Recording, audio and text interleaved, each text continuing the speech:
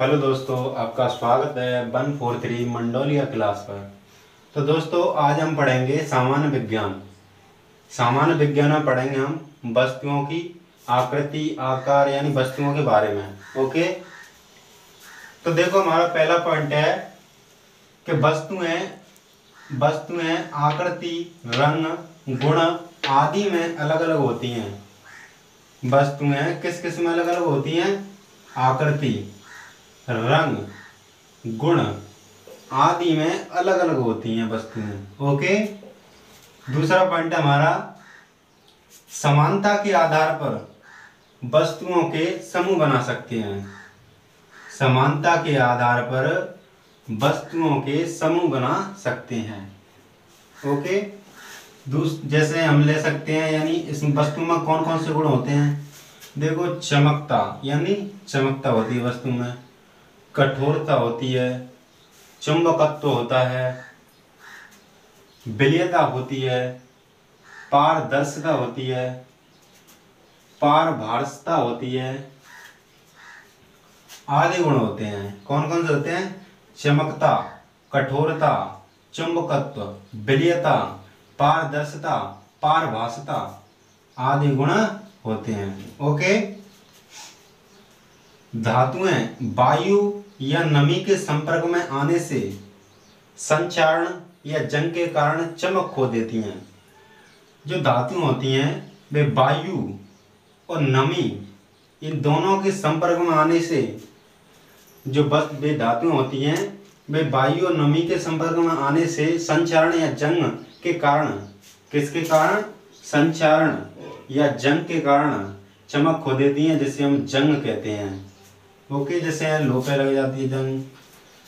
दूसरा पॉइंट है हमारा, अगला पॉइंट है चुंबकीय गुणों के आधार पर वस्तुएं दो प्रकार की होती हैं।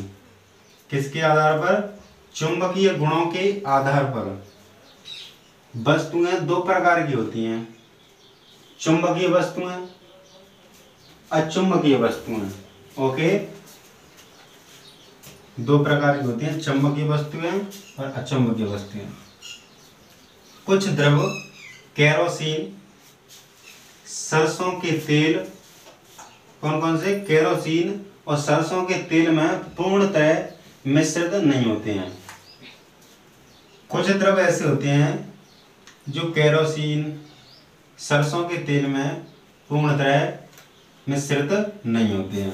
ओके, हमारा अगला पॉइंट है कि कार्बन डाइऑक्साइड गैस जल में घुलनशील होती है। कार्बन डाइऑक्साइड किस में घुलनशील होती है? जल में। इसलिए इसका उपयोग शीतल पेय पदार्थों में किया जाता है। कौन से पदार्थों में? शीतल पेय पदार्थों में। जिस प्रकार जैसे हम कोल्ड ड्रिंक लेते हैं तो कोल्ड ड्रिंक में जो गैस आती है ऊपर, वो CO2 होती है। ओके, कौन सी होती है? CO2, कार्बन डाइऑक्साइड होती है। अनेक प्रकार की जो कोल्ड ड्रिंक होती हैं उनमें कार्बन डाइऑक्साइड घुलनशील होती है। ओके, तो देखो हम दोबारा से देखते हैं गहराई से। तो देखो, जो वस्तुएं होती हैं, वस्तुएं किस किस के कारण अलग अलग ये भिन्नता प्रकट करती हैं। तो देखो, वस्तुएं आकृति के आधार पर, ओके, रंग के आधार पर और गुण के आधार पर अलग अलग होती हैं वस्तुएं। ओके, अब अगला पॉइंट हमारा समानता के आधार पर वस्तुओं के समूह बना सकते हैं। समानता, अनेक समानताएं पाई जाती हैं वस्तुओं में, उनके आधार पर हम वस्तुओं के समूह बना सकते हैं। जैसे धातु हैं तो धातुओं में कठोरता पाई जाती है। धातु, अनेक प्रकार के धातु होते हैं जिनमें ज्यादातर समान गुण होते हैं, तो उन्हें समानता दी जाती है और वे समान होते हैं। ओके, जैसे हम देखते हैं धातुओं कौन कौन से गुण होते हैं? चमकता, कठोरता, चुंबकत्व, और कईयों में विलेयता, पारदर्शिता, पारभासता आदि गुण होते हैं। चमकता, कठोरता, चुंबकत्व, विलेयता, पारदर्शिता, पारभासता आदि गुण होते हैं। ओके, धातुएं वायु या नमी के संपर्क में आने से, जो धातुएं होती हैं वे वायु या नमी के संपर्क में आने से संचारण या जंग के कारण चमक खो बैठती हैं। जो वस्तु होती हैं, सॉरी धातु होती हैं, वो नमी या वायु के संपर्क में आने से अपनी चमक खो बैठती हैं। जिससे लो अपनी, अगर हम लो को खुले वातावरण में रखते हैं तो अपनी चमक खो बैठती है। किसी कारण? वायु के संपर्क में आने से और नमी के संपर्क में आने से क्या खो बैठती है? चमक, लोह। ओके, अगला पॉइंट देखते हैं। चुंबकीय गुणों के आधार पर वस्तुएं दो प्रकार की होती हैं। चुंबकीय गुणों के आधार पर वस्तुएं दो प्रकार की होती हैं। अचुंबकीय वस्तुएं और चुंबकीय वस्तुएं और अचुंबकीय वस्तुएं। कौन कौन सी? अचुंबकीय वस्तुएं और चुंबकीय वस्तुएं। चुंबकीय वस्तु भी होती है जिनमें चुंबकत्व गुण पाया जाता है, और अचुंबकीय वस्तु भी होती है जिनमें चुंबक का गुण नहीं पाया जाता है। ओके, अगला पॉइंट देखते हैं। कुछ द्रव यानी कुछ पदार्थ केरोसिन, सरसों के तेल में जो कुछ पदार्थ होते हैं वे केरोसिन, सरसों के तेल में पूर्ण तरह विलयित नहीं होते। कौन से द्रव? ओके, पूर्ण तरह विलयित या मिश्रित नहीं होते हैं। अगला पॉइंट हमारा कार्बन डाई, कौन सी? CO2। कार्बन डाइऑक्साइड गैस जल में घुलनशील होती है, इसलिए इसका उपयोग शीतल पेय पदार्थों में किया जाता है। किसमें? शीतल पेय पदार्थों में, पीने योग्य पदार्थों में, जूसों में, अनेक प्रकार के जूस होते हैं, कोल्ड ड्रिंक्स होती हैं, उनमें CO2 का उपयोग किया जाता है। ओके, तो दोस्तों अगला पॉइंट देखेंगे हम। जो वस्तुएं निश्चित आयतन में अधिक द्रव्यमान रखती हैं, जो वस्तुएं निश्चित आयतन में, एक निश्चित आयतन में अधिक द्रव्यमान रखती हैं, उसका घनत्व अधिक होता है। आप तो जानते ही हैं, जो वस्तुएं अधिक यानी एक निश्चित आयतन में अधिक द्रव्यमान मतलब अधिक भार रखती हैं, उसका घनत्व अधिक होता है। ओके, अधिक होता है। जिस प्रकार ले लो तुम बर्फ। बर्फ पानी पर क्यों तैरती है? क्योंकि बर्फ का घनत्व पानी से ज्यादा होता है, इसलिए बर्फ पानी पर तैरती है। ओके, तो अगला पॉइंट देखेंगे हम कि लोहे का घनत्व रुई से अधिक होता है। किसका? लोहे का घनत्व, जो लोहे का घनत्व है वो रुई से अधिक होता है। ओके, अगला पॉइंट है चांदी के आभूषण का काले पड़ने का कारण क्या है? आप जानते हैं कि चांदी यानी हम वायु में रखें 1-2 दिन के लिए तो काली पड़ जाती है। तो किसके कारण काली पड़ जाती है? वो संक्षारण के कारण। संक्षारण क्या होता है कि कोई भी वस्तु वायु तथा नमी के संपर्क में आती है तो अपनी चमक खो बैठती है। वो क्या खो बैठती है? चमक। इसी कारण चांदी का रंग काला पड़ जाता है। ओके, अगला पॉइंट देखेंगे। जल में पूर्ण रूप से घुलने वाली वस्तुओं को विलेय वस्तु कहते हैं। जो वस्तुएं पूर्ण रूप से घुल जाती जल में उन्हें क्या कहते हैं? विलेय वस्तु। और जो घुलती नहीं है पूर्ण रूप से उन्हें कहते हैं अविलेय वस्तु। ओके, चलो अगला पॉइंट देखते हैं। जल में आंशिक रूप से घुलने वाली गैस। आप जानते हैं कि पूर्ण रूप से जल में कौन सी गैस घुलती है? ऑक्सीजन। कौन सी घुलती है? ऑक्सीजन। तो जल में आंशिक रूप से घुलने वाली गैस ऑक्सीजन है। ओके, चुंबकीय वस्तुएं। अब देखेंगे हम चुंबकीय वस्तुएं क्या होती हैं। ऐसी वस्तुएं जो चुंबक की ओर आकर्षित होती हैं, ऐसी वस्तुएं जो चुंबक की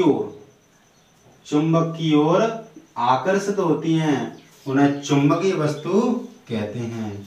ऐसी वस्तुएं जो चुंबक की ओर आकर्षित होती हैं उन्हें हम चुंबकीय वस्तु कहते हैं। जैसे लोहे से बनी हुई वस्तु, कौन सी? लोहे से बनी हुई वस्तु, इनमें चुंबक का गुण पाया जाता है। ओके, इसलिए ये चुंबकीय वस्तुएं हैं। अगला पॉइंट देखेंगे अचुंबकीय वस्तुएं। अचुंबकीय वस्तुएं क्या होती हैं? ऐसी वस्तुएं जो चुंबक की ओर आकर्षित नहीं होती हैं।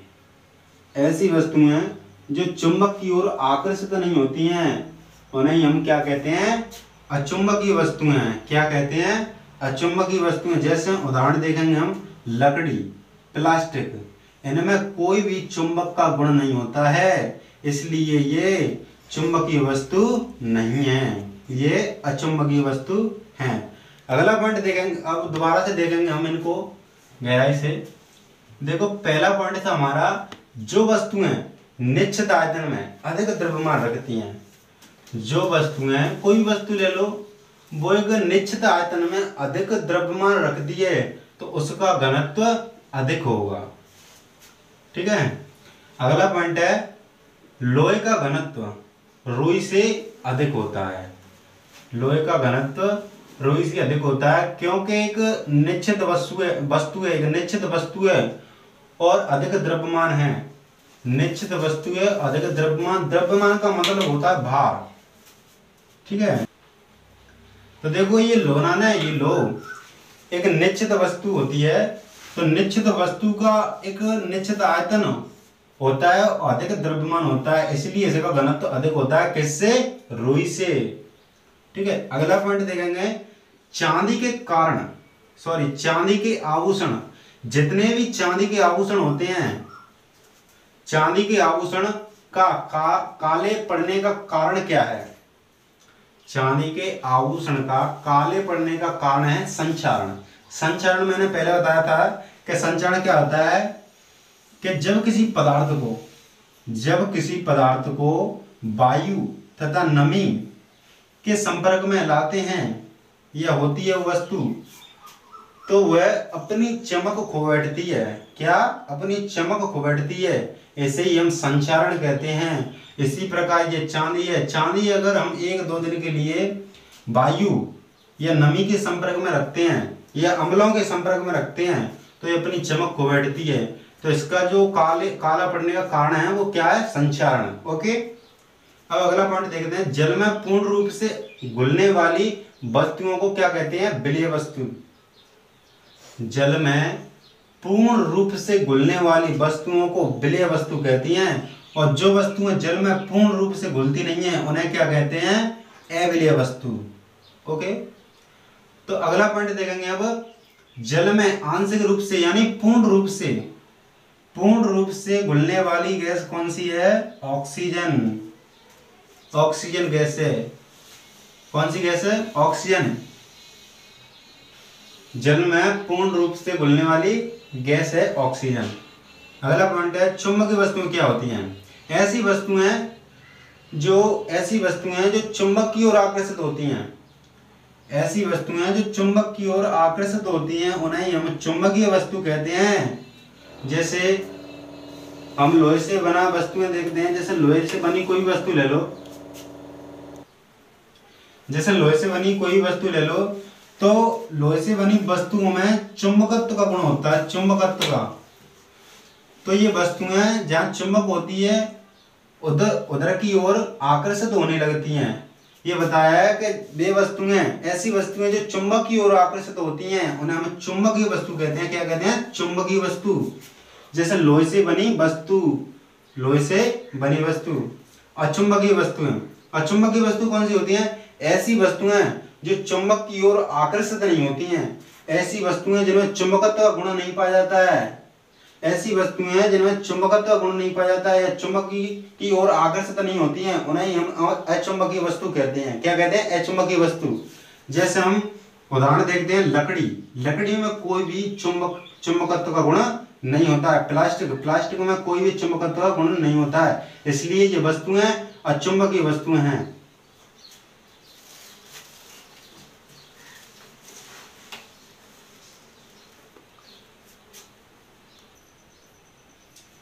तो देखो दोस्तों, हमारा जो अगला चैप्टर है, आओ पदार्थ के बारे में जाने। कौन सा है? आओ पदार्थ के बारे में जाने। तो देखो, हमारा जो पहला पॉइंट है कि वस्तुएं जिनमें भार होता है। कहाँ है? वे वस्तुएं जिनमें भार मतलब वजन। वे वस्तुएं जिनमें वजन होता है वह स्थान गिरती हैं। क्या गिरती हैं? स्थान। वह वस्तुएं जिनमें भार होता है और स्थान गिरती हैं उन्हें क्या कहते हैं? पदार्थ। क्या कहते हैं? पदार्थ। ओके। अगला पॉइंट हमारा, पदार्थ के अलग अलग रूप ही पदार्थ की अवस्थाएं कहलाती हैं। क्या कहलाती हैं? जो पदार्थ के भिन्न भिन्न रूप होते हैं, भिन्न भिन्न अवस्थाएं होती हैं, भिन्न भिन्न रूप होते हैं, उनको ही हम क्या कहते हैं? पदार्थ की अवस्थाएं। पदार्थ के अलग अलग रूप ही पदार्थ की अवस्थाएं कहलाती हैं। अगला पॉइंट है हमारा, भौतिक संरचना के आधार पर। किसके आधार पर? रासायनिक संरचना के आधार पर नहीं, भौतिक संरचना के आधार पर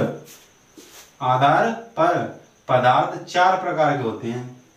कितने प्रकार के होते हैं? 4 प्रकार के होते हैं। पहला हमारा ठोस। कौन सा पदार्थ है? ठोस। दूसरा हमारा द्रव। तीसरा हमारा गैस। और चौथा है हमारा प्लाज्मा। प्लाज्मा भी एक अवस्था होती है, आपने नहीं सुनी होगी अभी, तो देख लो। ठोस। ठोस क्या होते हैं?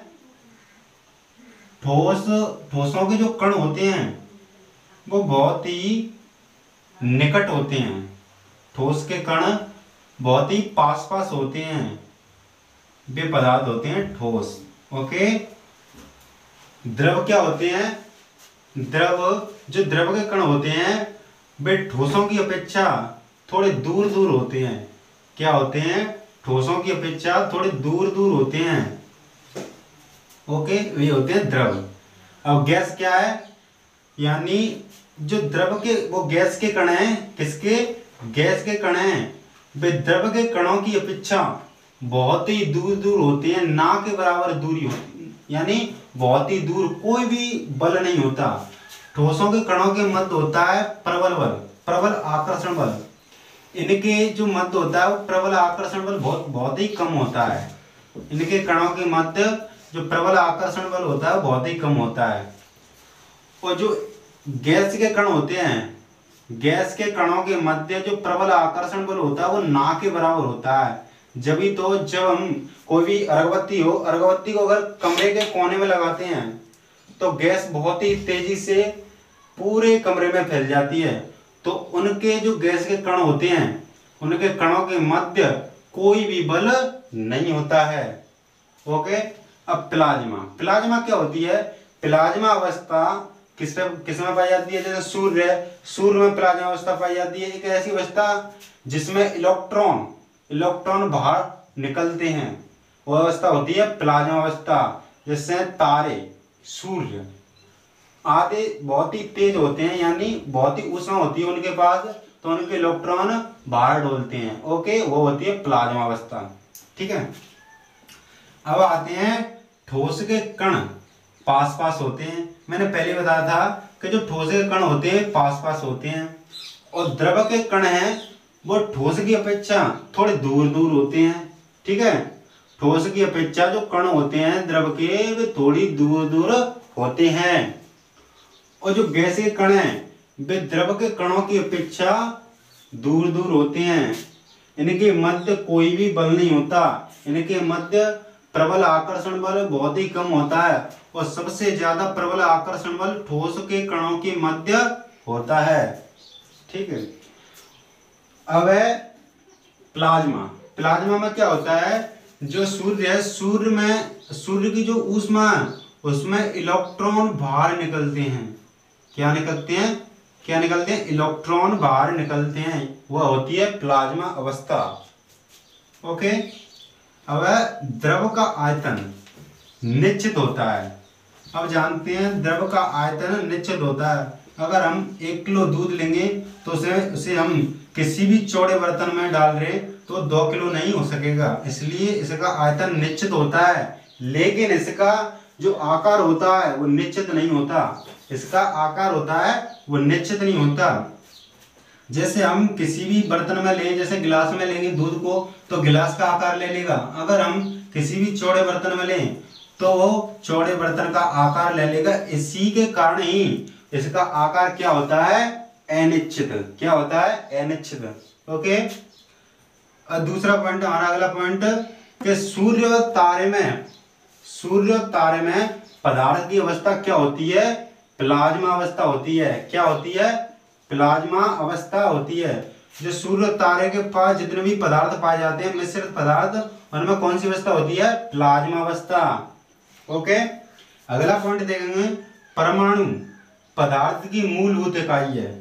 परमाणु होती है, जो परमाणु होते हैं वो पदार्थ की सबसे छोटी से छोटी इकाई है। जिस प्रकार जो मकान होता है तो मकान की सबसे मूलभूत इकाई क्या होती है, ईंट। इसी प्रकार जो पदार्थ की मूलभूत इकाई है क्या है, परमाणु। ठीक है। और देखते हैं, परमाणु में मुख्य रूप से 3 कण पाए जाते हैं।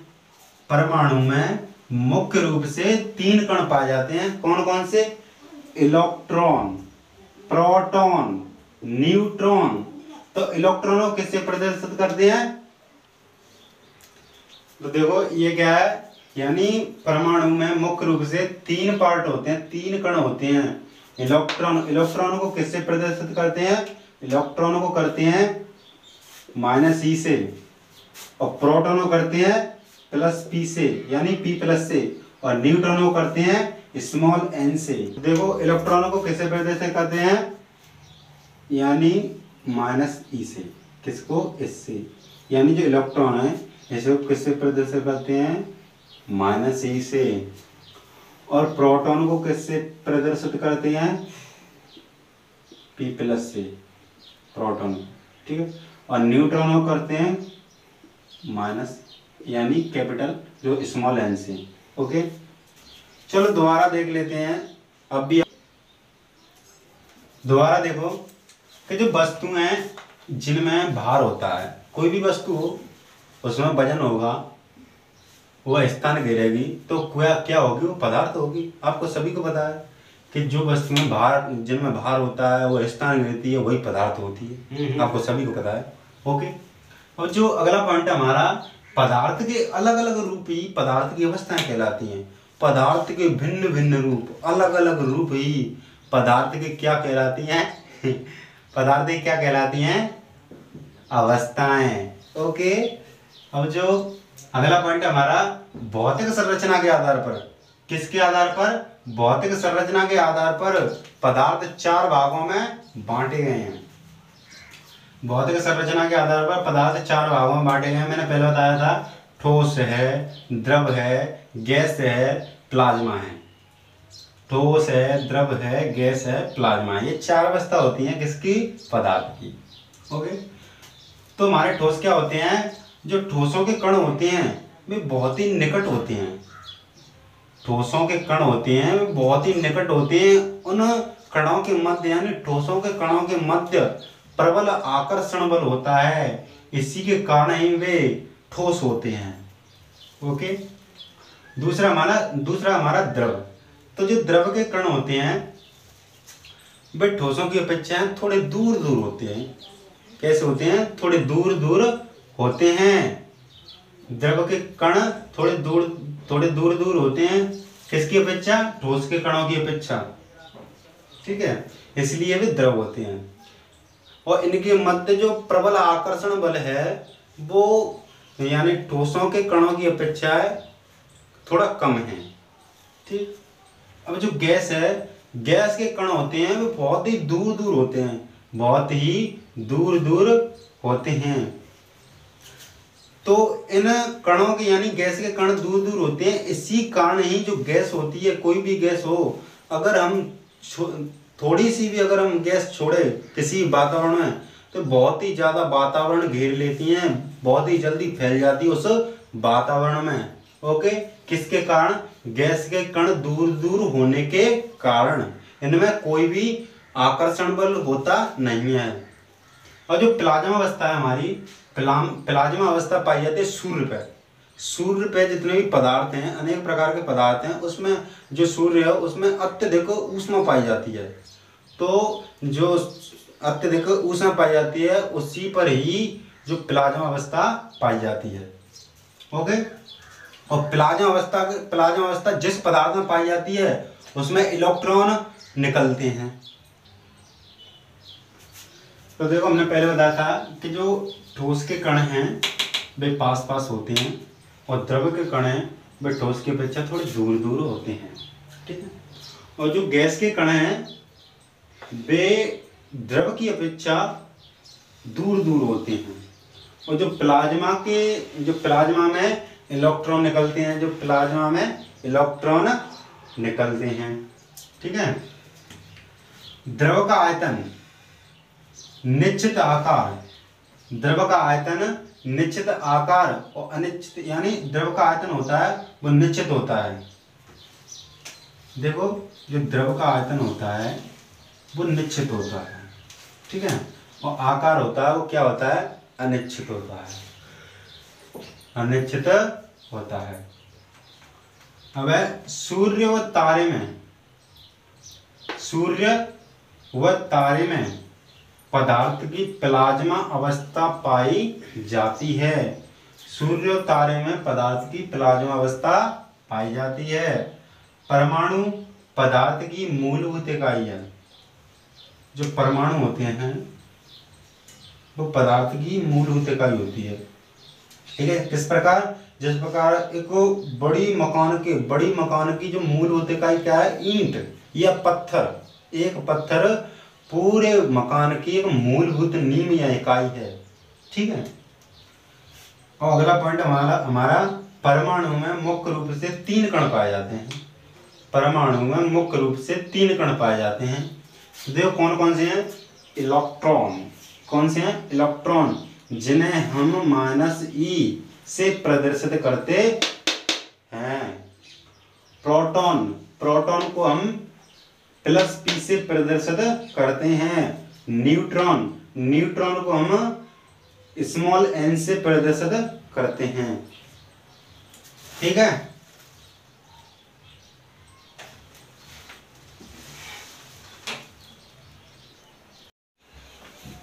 तो देखो दोस्तों हमारा अगला पॉइंट है, आप पदार्थ के बारे में जाने। इस चैप्टर में से रसायन विज्ञान के तत्वों को व्यक्त करने के लिए प्रतीकों का उपयोग किया जाता है।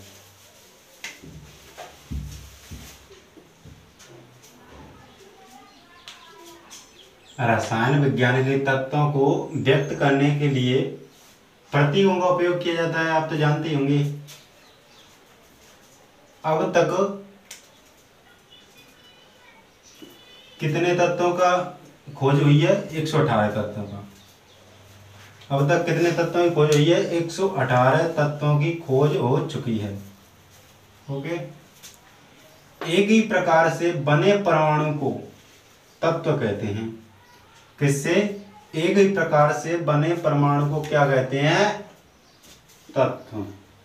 तत्व कहते हैं। जैसे उदाहरण के लिए ले लो, तांबा है, चांदी है, सल्फर है आदि एक ही प्रकार से बने हैं ये तत्व, मतलब एक ही परमाणु से बने हैं ये तत्व। जैसे तांबा, चांदी, सल्फर आदि ये एक ही परमाणु से बने हुए हैं। ठीक है। अब गैसीय अवस्था में, जो गैसीय अवस्था होती है, यानी हमने पदार्थ के प्रकार पढ़े थे, ठोस, द्रव, गैस। तो देखो इनमें हमारी तीसरी अवस्था थी गैस। तो गैसीय अवस्था में हमारा जो आकार है, आकार एवं आयतन अनिश्चित होते हैं। आकार और आयतन अनिश्चित होते हैं। ओके। इनके कण होते हैं वे बहुत ही दूर दूर होते हैं। इनके कणों के मध्य कोई भी प्रबल बल नहीं लगा होता, इसलिए ये यानी स्वतंत्र होते हैं, पूर्णतः स्वतंत्र होते हैं ये कण इनके। किसके, गैस के कण। ठीक है। शक्कर, नमक, कांच। देखो शक्कर, नमक, कांच, प्लास्टिक आदि पदार्थ यौगिक कहलाते हैं।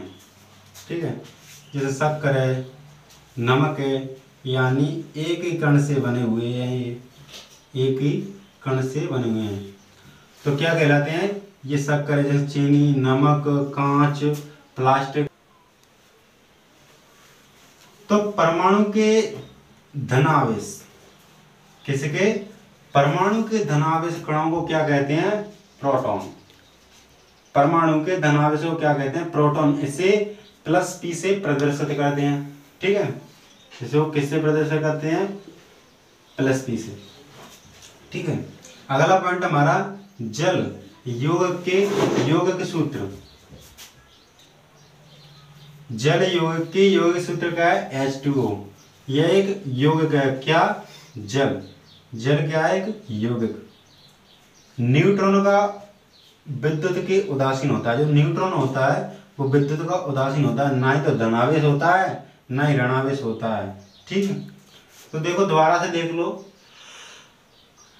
रसायन विज्ञान के तत्वों को व्यक्त करने के लिए प्रतीकों का उपयोग किया जाता है, जो आगे पढ़ाएंगे हम। तत्वों के प्रतीक और परमाणु क्रमांक आदि पढ़ाएंगे। ओके, अब तक कितने तत्वों की खोज हो चुकी है? 118 तत्वों की खोज हो चुकी है। एक ही प्रकार से बने परमाणु को, एक ही प्रकार से बने परमाणु को क्या कहते हैं? तत्व। जैसे तांबा है, चांदी है, सल्फर है आदि एक ही प्रकार के परमाणु से बने हुए हैं, इसलिए इनको क्या कहा जाता है? तत्व।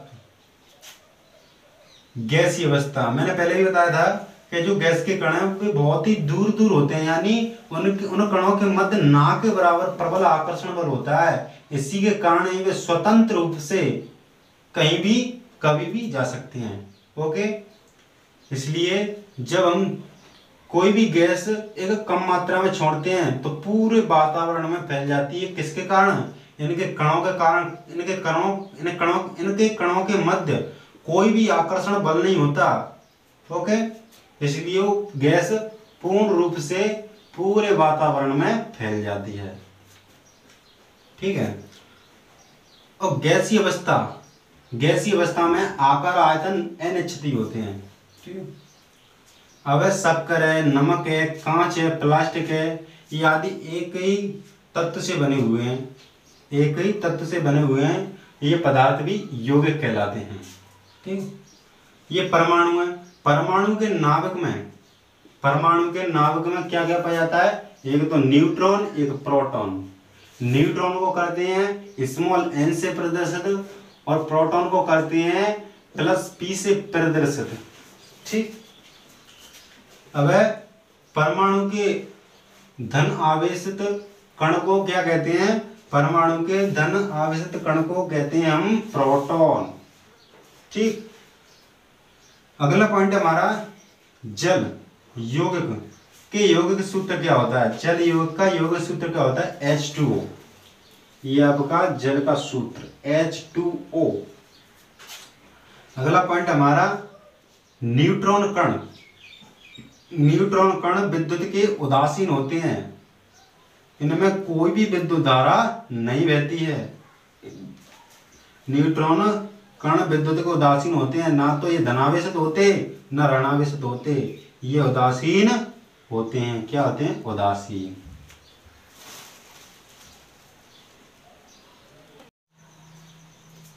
तो देखो हमारा पॉइंट, अगला पॉइंट हमारा पदार्थ का अविभाज्य सूक्ष्मतम कण परमाणु है।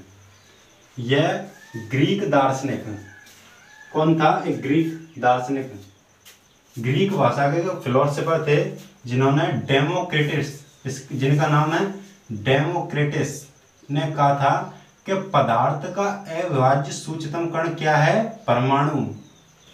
क्या है? सूक्ष्मतम कण परमाणु, यानी छोटे से छोटा कण, ऐसा छोटा कण जिसके टुकड़े नहीं किए जा सकते, वह क्या है? परमाणु। ओके, अगला पॉइंट देखते हैं जल का ठोस रूप बनना। जल से अगर कोई बर्फ बनाए तो देखो जल का ठोस रूप बनना यानी 0 डिग्री तापमान से शुरू होता है। जल का ठोस रूप बनना किससे शुरू होता है? 0 डिग्री तापमान से शुरू होता है। अगला पॉइंट है, जल का वाष्प में बदलने के लिए कितना तापमान चाहिए? 100 से ऊपर। कितने से? 100 से ऊपर तापमान चाहिए। क्या बनने के लिए? जल से भाप या वाष्प बनने के लिए। ठीक, अब देखते हैं अगला पॉइंट, प्लाज्मा अवस्था। प्लाज्मा अवस्था मैंने पहले बताया था कि पदार्थ की कितनी अवस्था होती है? 4। पहली है ठोस, द्रव, गैस, और ये है प्लाज्मा। प्लाज्मा अवस्था कहाँ पाई जाती है? सूर्य पे। सूर्य पे प्लाज्मा अवस्था पाई जाती है, तारों पे प्लाज्मा अवस्था पाई जाती है, ट्यूबलाइट पर प्लाज्मा अवस्था पाई जाती है, और जो हम एलसीडी होती है, जो एलसीडी की जो आगे की स्क्रीन होती है उसमें भी प्लाज्मा अवस्था पाई जाती है। ओके, आदि आदि पाई जाती है। ठीक, अब है यौगिक। यौगिक क्या होते हैं? 2 या 2 से अधिक, कोई पदार्थ हो, 2 हो या 2 से अधिक परमाणुओं को, 2 या 2 से अधिक परमाणुओं का एक निश्चित अनुपात, परमाणुओं का एक निश्चित अनुपात में रासायनिक क्रिया द्वारा संयुक्त होने पर जो पदार्थ बनता है उसे हम क्या कहते हैं? यौगिक। दोबारा देखो, 2 या 2 से अधिक परमाणुओं का, 2 या 2 से अधिक परमाणुओं का एक निश्चित अनुपात में रासायनिक अभिक्रिया द्वारा संयुक्त होने पर या मिल जाने पर जो पदार्थ बनता है उसे हम यौगिक कहते हैं। जैसे उदाहरण में देखो, अगर हम H2 प्लस यानी H2+O करेंगे तो H2O बन जाएगा, यानी जल बन जाएगा। ये 2 ही तो तत्व हैं, एक है हाइड्रोजन और एक है ऑक्सीजन। ये दोनों एक निश्चित अनुपात में मिले हैं तो एक नए पदार्थ का निर्माण हुआ है, वो क्या है? जल। ठीक, अब NaCl, Na अगल है यानी सोडियम अगल है, और Cl यानी क्लोराइड अलग है। ये दोनों मिलकर एक संयुक्त रूप से अभिक्रिया करते हैं, एक नए उत्पाद का निर्माण करती हैं, जैसे क्या कहते हैं? नमक। ये एक यौगिक है।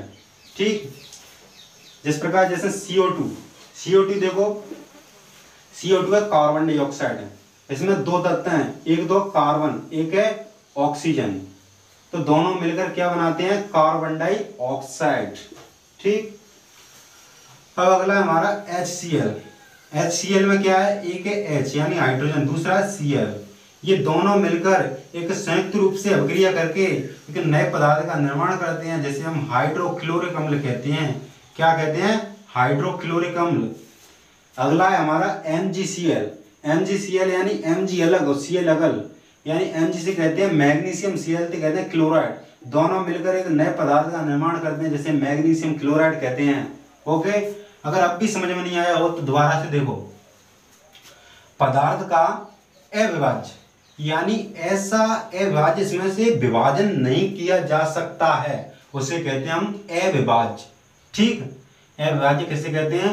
जिसमें से विभाजन नहीं किया जा सकता, उसे हम अविभाज्य कहते हैं। और अविभाज्य सूक्ष्मतम कण क्या है? परमाणु। ये किसने दिया था? ग्रीक दार्शनिक यानी ग्रीक फिलोसोफर डेमोक्रिटस ने दिया था। किसने दिया था? ग्रीक दार्शनिक डेमोक्रिटस ने दिया था या कहा था। ठीक, जल का ठोस यानी अगर जल को हम ठोस रूप में या बर्फ के रूप में बदलें तो 0 यानी 0 तापमान से शुरू होता है जल का ठोस रूप में बदलना। ठीक है, अब है जल का वाष्प रूप में, वाष्प में बदलना कितना तापमान चाहिए? यानी जल का वाष्प में बदलने के लिए 100 से ऊपर 100 टेम्परेचर से ऊपर तापमान चाहिए, जब ये जल भाप में या वाष्प में बदलेगा। ओके, अगला पॉइंट हमारा प्लाज्मा। प्लाज्मा अवस्था में क्या होता है? अगर किसी पदार्थ को ज्यादा से ज्यादा ऊष्मा दी जाए तो उसमें से इलेक्ट्रॉन निकलने लगते हैं, वही होती है प्लाज्मा अवस्था।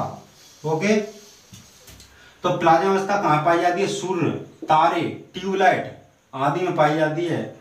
अब है यौगिक क्या होता है? यौगिक क्या होता है?